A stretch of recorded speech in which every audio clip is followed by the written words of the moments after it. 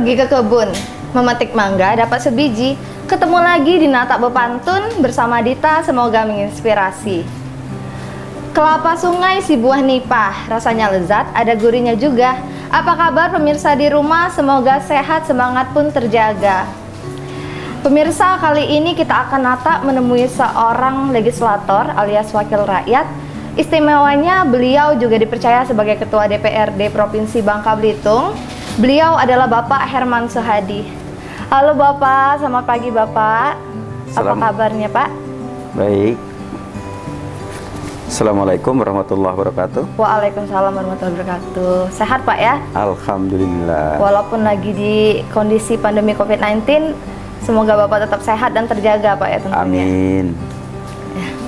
Bapak, hari ini Dita mau ngajak Bapak berbincang seputar kerjaan Bapak sebagai legislator Pak ya. Pak, seperti apa sih Pak perjalanan karir politik Bapak hingga menduduki jabatan Ketua DPRD ini? Seperti apa dinamikanya? Boleh diceritain nggak Pak buat kita semua? Terima kasih Mbak Dita. Mbak Gita ya. Saya sapa dulu pemirsa. Assalamualaikum warahmatullahi wabarakatuh. Alhamdulillah kita bisa bersilaturahmi pada hari ini. Saya berterima kasih kepada kawan-kawan yang telah sudi membuat program ini. Tentunya ketika kita berbicara, ketika Mbak Dika menanyakan tentang hal bagaimana perjalanan karir saya, tentunya saya ingin mengajak kita semua untuk setback ke belakang beberapa tahun yang lalu di seputaran tahun 90-an, di mana ketika itu ya saya belum tua ini Mbak, saya masih muda tentunya, dimana sampai hari ini juga dari dulu saya tuh dikenal sebagai Herman Molen. Kenapa saya dikatakan Herman Molen? Tapi bukan seperti Herman Molen wali kota Pangkal Pinang itu memang Pak Maulan Aklil itu dipanggil Pak Molen, tapi saya dipanggil Herman Molen oleh masyarakat Bangka, khususnya Kota Sungai Liat, Kota Pemali itu karena memang saya benar-benar berasal dari seorang pedagang pisang molen. Dimana itu saya geluti selama 9 tahun, 10 tahun lah. Dari tahun 94 sampai dengan tahun 2004, dimana ketika saya pertama sekali menjadi anggota DPRD Kabupaten Bangka. Dengan menjadi seorang Herman Molen tentunya saya mempunyai banyak teman. Saya berdagang. Ketika sore sampai malam hari saya jualan molen, saya jualan pisang molen beserta gorengan-gorengan yang lain dengan menggunakan sebuah gerobak yang saya dorong dari kontrakan saya pada waktu itu di seputaran kantor pos Sungai Liat ke terminal Sungai Liat yang lebih terkenal namanya pada sampai hari ini juga disebut dengan Pasar Mambo Sungai Liat. Nah, dengan banyaknya teman, dengan banyaknya saudara, saya berpikir ya bagaimana saya bisa lebih berkiprah lagi di dalam hidup dan kehidupan ini. Dan kebetulan saya seorang pengagum Bung Karno. Keluarga saya rata-rata pengagum Bung Karno. Dan kita tahu di awal-awal masa reformasi pada waktu itu di mana kekuasaan itu ya sangat didominan oleh Orde Baru. Oleh karena itu bangkitlah semangat saya untuk ikut membenahi negeri ini, walaupun kelasnya hanya kelas kampung pada waktu itu. Oleh karena itu saya mencoba memulai bergabung dengan partai politik pada waktu itu PDI. Ya, PDI, kemudian berubah nomenklatur menjadi PDI Perjuangan, dan saya terpilih karena saya aktif. Saya terpilih 2 kali menjadi ketua PAC. Kalau dulu namanya Komcat, saya komisaris kecamatan. Ya, kalau di pemerintahan itu setingkat camat. Saya 2 kali menjadi ketua di sana. 2 kali menjadi ketua PAC Kecamatan Pemali, yang kebetulan saya berasal dari daerah sana. Tepatnya saya itu berasal dari sebuah dusun yang sangat pelosok. Kalau Bapak Ibu kawan-kawan tahu, ada sebuah dusun namanya Dusun Dam Keramat. Itu masuk wilayah Kecamatan Pemali. Ketika kawan-kawan ke daerah pariwisata pemandian air panas, melewati sebuah dusun namanya Keceper, terus masuk lagi ke dalam sana. Di sanalah saya dibesarkan. Sebuah daerah yang IDT pada waktu itu namanya, daerah tertinggal. Nah, di dalam perjalanan sambil saya memenuhi kebutuhan hidup saya, yang pada tahun 95 saya menikah dengan mantan kekasih saya yang pada hari ini menjadi istri dan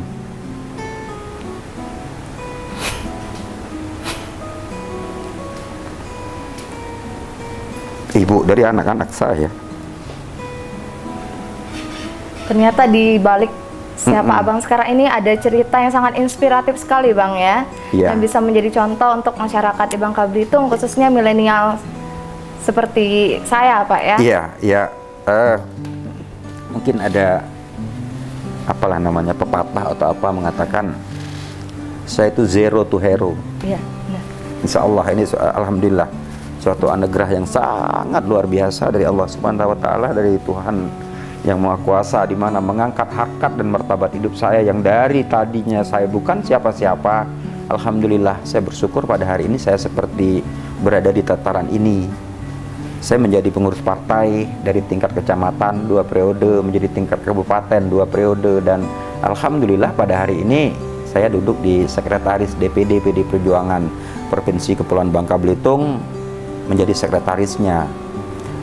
Dan tahun 2004 saya mulai berani mencalonkan diri dengan bantuan kawan-kawan sesepuh-sesepuh partai pada waktu itu, dan alhamdulillah saya terpilih. 2009 saya mencalonkan diri lagi di Dapil Pemali Bakam pada waktu itu, yang pada hari ini Dapil Pemali Bakam Puding Besar. Terpilih lagi 2014 saya mencalonkan lagi dari dapil yang sama, dan alhamdulillah berkat ridho Allah, dukungan keluarga, dukungan orang tua, dukungan semuanya, saya terpilih lagi. Dan pada 2019 saya memberanikan diri untuk naik ke tingkatan provinsi setelah membaca, melihat, bertanya kepada kawan-kawan senior apakah saya sudah pantas, dan mereka mengatakan pantas. Saya memberanikan diri ke DPRD Provinsi Bangka Belitung, dan alhamdulillah di partai saya mendapat suara terbanyak, dan di dapil saya, di dapil 6 Kabupaten Bangka, saya mendapat suara terbanyak kedua. Dan ini sesuatu yang sangat saya syukuri. Berkali-kali saya mengatakan kepada kawan-kawan bahwa tidak ada yang tidak mungkin. Benar. Selama kita mau berusaha. Ridho Allah, ridho orang tua, ridho keluarga, ridho teman-teman semua dan seluruh masyarakat itu sangat kita harapkan, sehingga kita bisa menjadi apa yang kita cita-citakan. Mungkin seperti itu. Karir politik saya dimulai dari very zero. Itu juga karir hidup saya.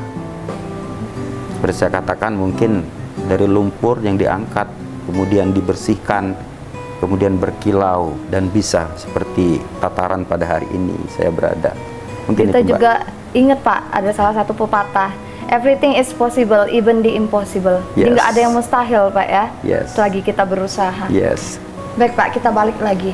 Menjadi Ketua DPRD Bangka Belitung dalam situasi pandemi yang serba sulit nih Bang, gimana sih Abang rasakan dan akan dikemanakan DPRD Bangka Belitung ini ke depannya? Alhamdulillah, tentunya ketika kita atau saya sudah diamanahkan, sudah dipilih rakyat, sudah ditakdirkan oleh Allah untuk menjadi anggota DPRD, bahkan pemimpin pada hari ini Ketua DPRD, tentunya kita tetap menjalankan tugas-tugas pokok dan fungsi kita. Ada 3 tugas pokok yang kita jalankan. Yang pertama, legislasi, di mana kita membuat regulasi bersama kawan-kawan di Pemprov Bangka Belitung, kemudian budgeting, di mana kita merencanakan keuangan pemerintah itu agar sepenuhnya bisa dimanfaatkan untuk kesejahteraan rakyat. Kemudian yang terakhir, controlling, kita mengawasi kinerja daripada kawan-kawan di Provinsi Kepulauan Bangka Belitung, baik anggarannya, baik kinerjanya, karena kita memang diamanahkan untuk itu.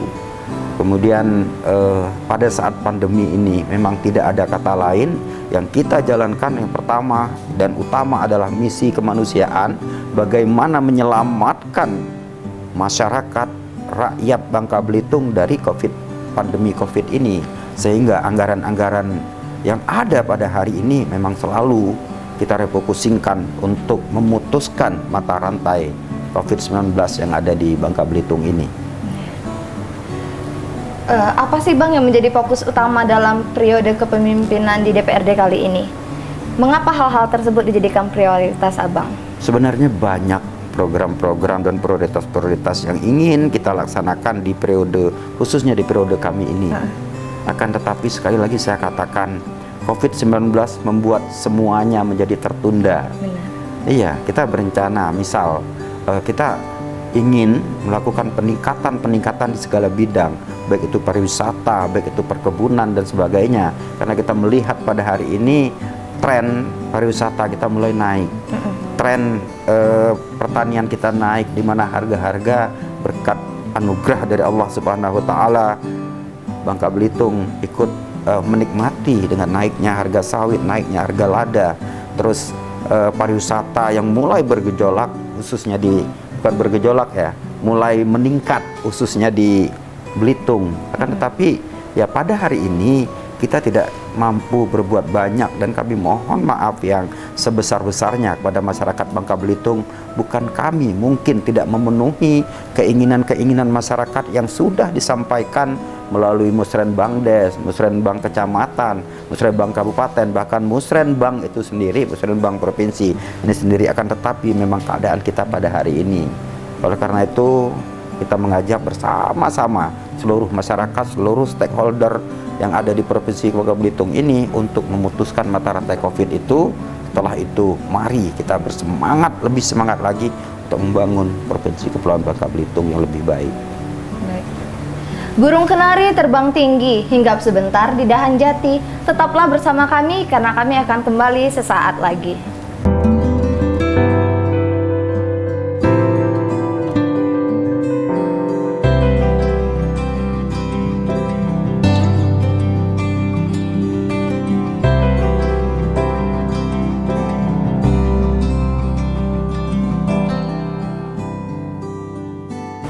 Ulat bulu nyelip di daun, berlindung dari terik mentari.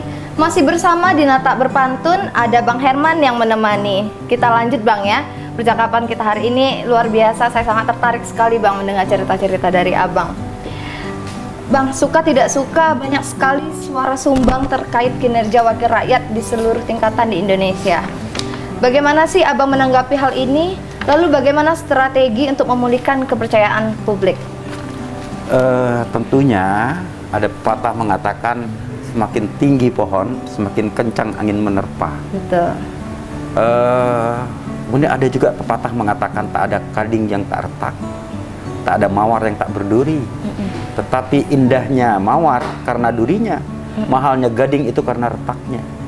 Oleh karena itu, ya saya dan kawan-kawan tentunya akan menjadikan apa yang seperti Mbak Dika sampaikan tadi, kritikan, masukan, dan sebagainya, yang tentunya ini akan membuat kami lebih semangat untuk bekerja. Kami lebih semangat untuk memperbaiki diri dari hari ke hari, dari waktu ke waktu, sampai masa jabatan yang dimanakan kepada kami ini habis. Kami akan berbuat itu. Mungkin dalam bentuk-bentuk nyatanya kami akan datang ke masyarakat, menyambangi mereka, bertanya kepada mereka apa sebenarnya yang mereka inginkan. Walaupun kami bukan superhero, ketika kami datang sesuatu yang diaspirasikan itu mungkin tidak bisa kami realisasikan pada hari itu. Akan tetapi tentunya semua kegiatan-kegiatan di pemerintah, baik di kabupaten maupun di pusat maupun di provinsi ini, tentunya ada tahapan-tahapan untuk memenuhi itu. Kami mohon pada kita semua tentunya di dalam melaksanakan tugas ini agar benar-benar memperhatikan aspirasi masyarakat yang datang kepada kita, karena kita merupakan jembatan untuk merealisasikan keinginan itu. Seperti itu, Mbak. Lalu apa aja sih Bang strategi-strategi lain yang masih Abang simpan untuk kedepannya? Kalau katakan strategi, saya tidak punya strategi. Tapi kalau rencana, tentunya di dalam kehidupan kita punya rencana. Di dalam kehidupan kita punya cita-cita. Kita ingin menjadi Bangka Belitung lebih baik selama insya Allah, alhamdulillah kita diamanahkan jabatan seperti ini. Kita diamanahkan mempunyai kewenangan untuk merubah negeri ini menjadi lebih baik. Saya pikir ya tidak ada kata lain ketika kita harus mendengar keluh kesah masyarakat, kita harus menyapa mereka, kita harus mengetuk hati mereka, kita harus bersama-sama mereka. Dalam istilah PDI Perjuangan itu, kita harus menangis dan tertawa itu bersama mereka. Siapa mereka? Konstituen yang telah memilih kita, mengantarkan kita ke lembaga yang terhormat ini. Seperti itu, Mbak. Iya, Pak. Bang, Bangka Belitung kan sangat identik dengan pertambangan timah yang rentan terhadap konflik kepentingan dan campur tangan atau invisible hand. Bagaimana sih Abang melihat sengkarut tata kelola pertimahan saat ini? Ketika kita berbicara mengenai timah dan hasil-hasil bumi yang lainnya yang ada di Bangka Belitung, tentu kan inilah yang diamanahkan oleh Pasal 33 kalau saya tidak salah Undang-Undang Dasar 1945, di mana bumi, air, dan seluruh kekayaan yang terkandung di dalamnya dikuasai oleh negara dan dipergunakan sepenuh-penuhnya untuk kemakmuran rakyat. Akan tetapi tentunya di dalam memberi kesejahteraan kepada rakyat, misalkan kita catat timah itu bagaimana cara menggali, mengeksplorasi, menambang dan sebagainya. Tentunya ada hal-hal yang terkadang itu agak sedikit berlawanan dengan regulasi dan peraturan yang ada. Akan tetapi Mbak, saya sangat bersyukur dan mengajak masyarakat untuk bersyukur bahwa bumi Bangka Belitung ini dianugerahi hasil alam, hasil bumi yang begitu melimpah, terutama timah. Dan alhamdulillah timah sudah memberi kesejahteraan lah, mungkin kepada sebagian masyarakat, mungkin karena tidak semua orang bergerak di bidang timah. Akan tetapi ya tentunya memang seperti saya katakan tadi kan tidak ada gading yang tidak retak, tidak ada sesuatu yang berjalan sesuai dengan di relnya. Akan tetapi terkadang adalah hal-hal kecil.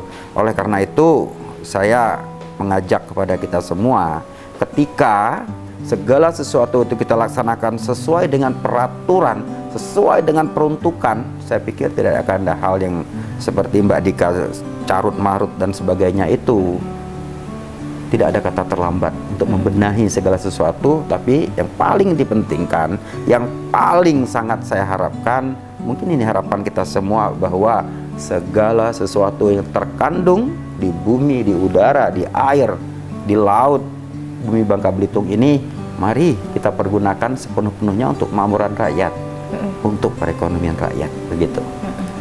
Belum kelar nih Bang soal pertimahan. Kini persoalan tata kelola mineral ikutan timah juga mulai jadi masalah. Bagaimana Abang menyikapi soal tata kelola mineral ikutan ini agar dapat membawa manfaat untuk masyarakat Bangka Belitung ini? Nah, ini ada istilahnya telur dulu apa ayam dulu? Ada kan? Kita mau bicara ayamnya dulu apa telurnya dulu ini? Ya, kita bicara masalah timah tentu mineral ikutan. Kita masalah pertambangan tentu arahnya ke sana. Oleh karena itu ya seperti yang saya sampaikan tadi, selama kemauan kita masih ada untuk memperbaiki sesuatu, itulah yang sangat kita harapkan bersama. Sekali lagi saya ingin sampaikan bahwa mari kita pergunakan, mari kita manfaatkan apa yang terkandung di bumi Bangka Belitung ini untuk kesejahteraan rakyat, itu saja. Mengayuh sepeda di jalan menanjak, janganlah sampai hilang kendali. Pemirsa jangan dulu beranjak karena kami akan kembali sesaat lagi.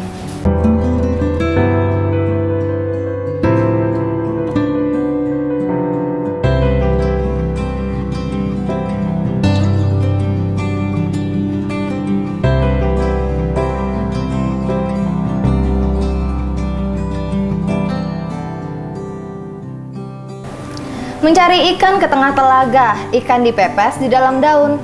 Terima kasih pemirsa setia menemani kami di Natak Berpantun. Bang, DPRD merupakan bagian tidak terpisahkan dari pemerintah daerah. Bagaimana sih kiat Abang untuk menjaga harmonisasi dengan kepala daerah, dalam hal ini gubernur dan wakil gubernur? Ya, pertanyaan Anda mungkin dilanjutkan dengan saya dan gubernur beda partai gitu ya. Oh ya, mungkin di sana ya. Begini Mbak Zika dan permisa yang saya hormati, tentunya saya duduk di sini dengan peraturan sendiri, dengan peraturan perundang-undangan dan regulasi sendiri. Pak Gubernur berada di sana juga dengan peraturan perundang-undangan dan regulasi yang mengatur dia sebagai gubernur dan mengatur kami sebagai anggota DPRD. Di dalam amanah undang-undang bahwa gubernur bersama DPRD ini merupakan mitra sejajar sebagai penyelenggara pemerintah Provinsi Kepulauan Bangka Belitung. Tentunya di dalam menyelenggarakan pemerintah, ya kita secara bersama-sama kita melepaskan warna kita, kita melepaskan sesuatu yang mungkin yang dulunya mengusung kita menjadi ke sini. Akan tetapi ketika kita sudah menjadi anggota DPRD, sudah menjadi ketua DPRD, sudah menjadi gubernur, sudah menjadi wakil gubernur, walaupun kami berbeda partai, tentunya di dalam menyelenggarakan pemerintahan demi untuk kepentingan rakyat banyak, ya kami bersama-sama. Namun kami punya hak masing-masing, punya kewajiban masing-masing. Kami ada hak controlling terhadap kawan-kawan di sebelah. Kami juga punya hak budgeting yang mengatur anggaran untuk pembangunan di pemerintah Provinsi Bangka Belitung ini secara bersama-sama dengan mereka. Dan kami punya hak juga secara bersama-sama mereka membuat sebuah peraturan yang kita sebut Perda Provinsi Bangka Belitung.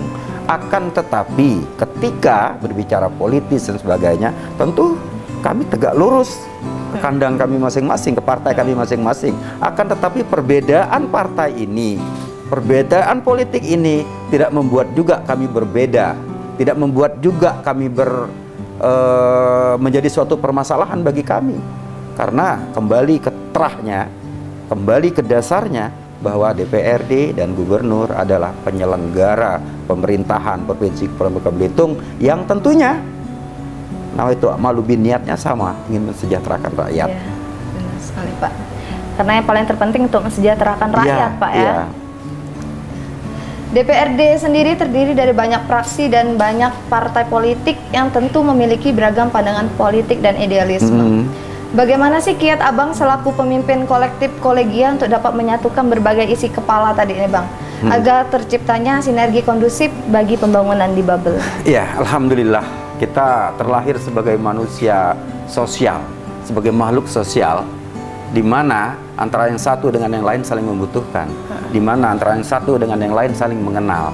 Walaupun kami berbeda partai, tetapi terkadang di antara mereka kita sudah saling mengenal. Sebelum kita masuk ke partai, sebelum kita duduk lembaga ini, kita sudah saling mengenal. Ketika kita masuk lembaga ini, ketika kita disumpah pada waktu itu, disumpah sebagai anggota DPRD Provinsi Kepulauan Bangka Belitung. Oleh karena itu, di dalam hal kita berkoordinasi, menjalankan tugas dan fungsi, pokok-pokok tugas dan fungsi kita, ya kita secara bersama-sama. Memang di sini ada fraksi, ada partai, ada fraksi, ada komisi, ada badan-badan yang lain. Akan tetapi sifat kerja daripada DPRD itu adalah kolektif kolegial, dalam artian secara bersama-sama. Mungkin cara teknisnya bagaimana? Ya, kita mengadakan rapat-rapat koordinasi, rapat pimpinan, rapat fraksi. Nah, akan tetapi satu hal yang harus Mbak Dika dan kawan-kawan ketahui, bahwa ketika sudah berbicara tentang kepentingan rakyat, kita pasti wajib dan kudu bersama-sama. Itu. Baik Bang. Pertarungan politik tahun 2024 akan sangat kompleks dan individualis karena berlangsung di semua jenis pemilu Bang ya. Konsentrasi partai akan terpecah, demikian pula kader-kader partai akan bertarung demi mendapatkan kursi masing-masing. Bagaimana sih Abang mencermati situasi ini Bang? Asik. Asik.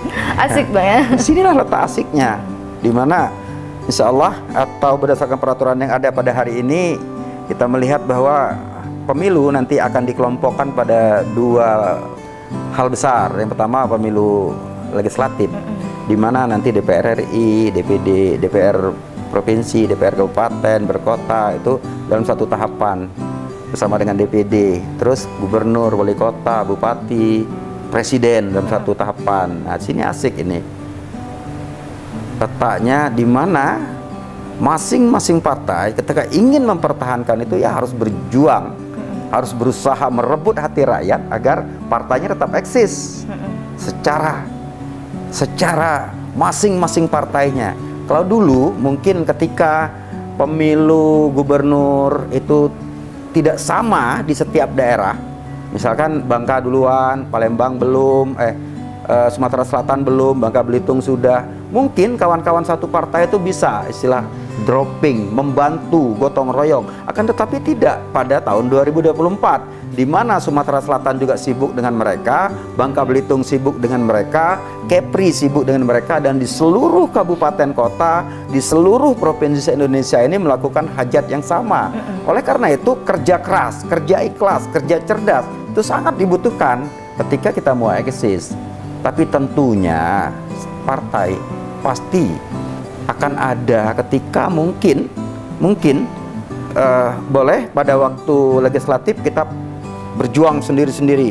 P3 membesarkan ini, PAN membesarkan segala macam-macam, PKB dan sebagainya, semua PDI Perjuangan semua. Akan tetapi ketika kepala daerah, ketika bupati, wali kota, gubernur, presiden, ada yang namanya koalisi. Karena calon-calon itu diusung oleh partai dan gabungan partai. Nah, ini akan beda. Asiknya di situ lagi. Yang dulunya kita bertempur, sekarang kita berteman untuk menuju suatu kemenangan yang sama, tujuan yang sama. Oleh karena itu, ya saya mengatakan bahwa ini suatu hal yang sangat baik, dan tentunya saya sangat sepakat dengan itu, karena disinilah nantinya partai politik itu benar-benar diuji untuk tetap bisa eksis baik di lembaga DPR RI, di provinsi, kabupaten ataupun kota. Apakah Abang excited Bang untuk tahun 2024? Insya Allah. Insya Allah Bang ya. Iya. Tidak sabar Bang ya. Kami ini PDI Perjuangan.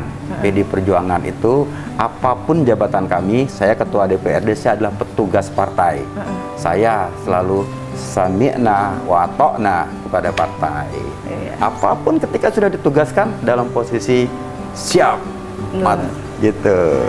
Terakhir nih Bang, ya, sebagai closing statement, apa yang dapat Abang sampaikan kepada pemirsa di rumah terkait tema perbincangan kita hari ini Bang?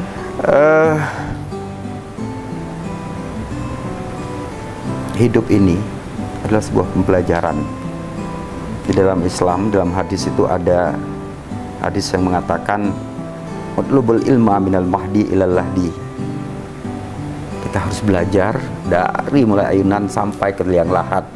Hidup ini pembelajaran, kita harus selalu belajar dan tidak pernah bosan belajar. Utlubul ilma minal mahdi ilal lahdi. Tentunya di dalam menjalankan hidup dan kehidupan ada firman Allah, innallaha ma'as sabirin. Kita harus sabar, karena orang sabar itu selalu dekat dengan Allah. Allah kan selalu dekat dengan orang yang sabar. Tentunya ridho Allah, ridho orang tua, ridho keluarga, ridho teman-teman, ridho masyarakat itu sangat dibutuhkan, sehingga kita bahagia dalam menjalankan hidup dan kehidupan ini. Karena sebaik-baiknya manusia, menurut saya, adalah manusia yang bisa bermanfaat bagi manusia yang lainnya. Betul. Mungkin itu. Terima kasih banyak Bang Herman Suhadi ya. Hari ini banyak sekali mendapatkan kisah inspiratif dari Abang yang bisa memotivasi generasi muda di Babel khususnya Bang ya. Apalagi menurut saya guru yang paling baik itu adalah pengalaman Bang ya, pengalaman hidup. Semoga kedepannya Abang Herman bisa lebih sukses lagi dari ini Bang ya. Dan juga bisa mensejahterakan rakyat Bangka Belitung khususnya, dan menjadi pribadi yang lebih baik lagi Bang ya. Terima kasih banyak atas waktunya Bang. Satir dan puisi milik Pujangga, penolak bala mantra dibaca. Terima kasih atas kebersamaannya dan sampai jumpa.